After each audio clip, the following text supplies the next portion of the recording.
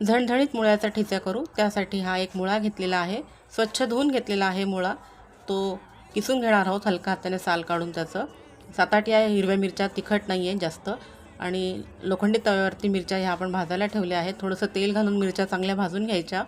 7-8 लसणाच्या पाकळ्या त्यामध्ये आपण घालणार आहोत।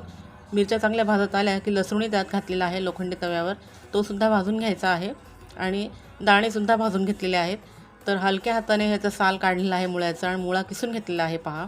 आता मिक्सरच्या भांड्यामध्ये लसूण, मिरची हे दाणे घालून आपण एक फिरवून घ्यायचं आहे। मीठ घातलेलं आहे आणि फिरवून घेतलं, जाडसरच असं वाटण ठेवायचं आहे। आणि मग नंतर हा ठेचा आणि मुळ्याचा किस आपण एका डिशमध्ये एकत्र करून घेणार आहोत। चांगला मिक्स केला की लोखंडी तव्यावरती गॅसवर तो ठेवलेला आहे, त्यामध्ये तेल घातलेलं आहे 3 टेबलस्पून, आणि मग त्यामध्ये ठेचा आणि मुळ्याचा किस एकत्र 2 मिनिटं परतून घ्यायचा। आपला मुळ्याचा किस तयार झालेला आहे, पोळी भाकरीबरोबर खाऊ शकता।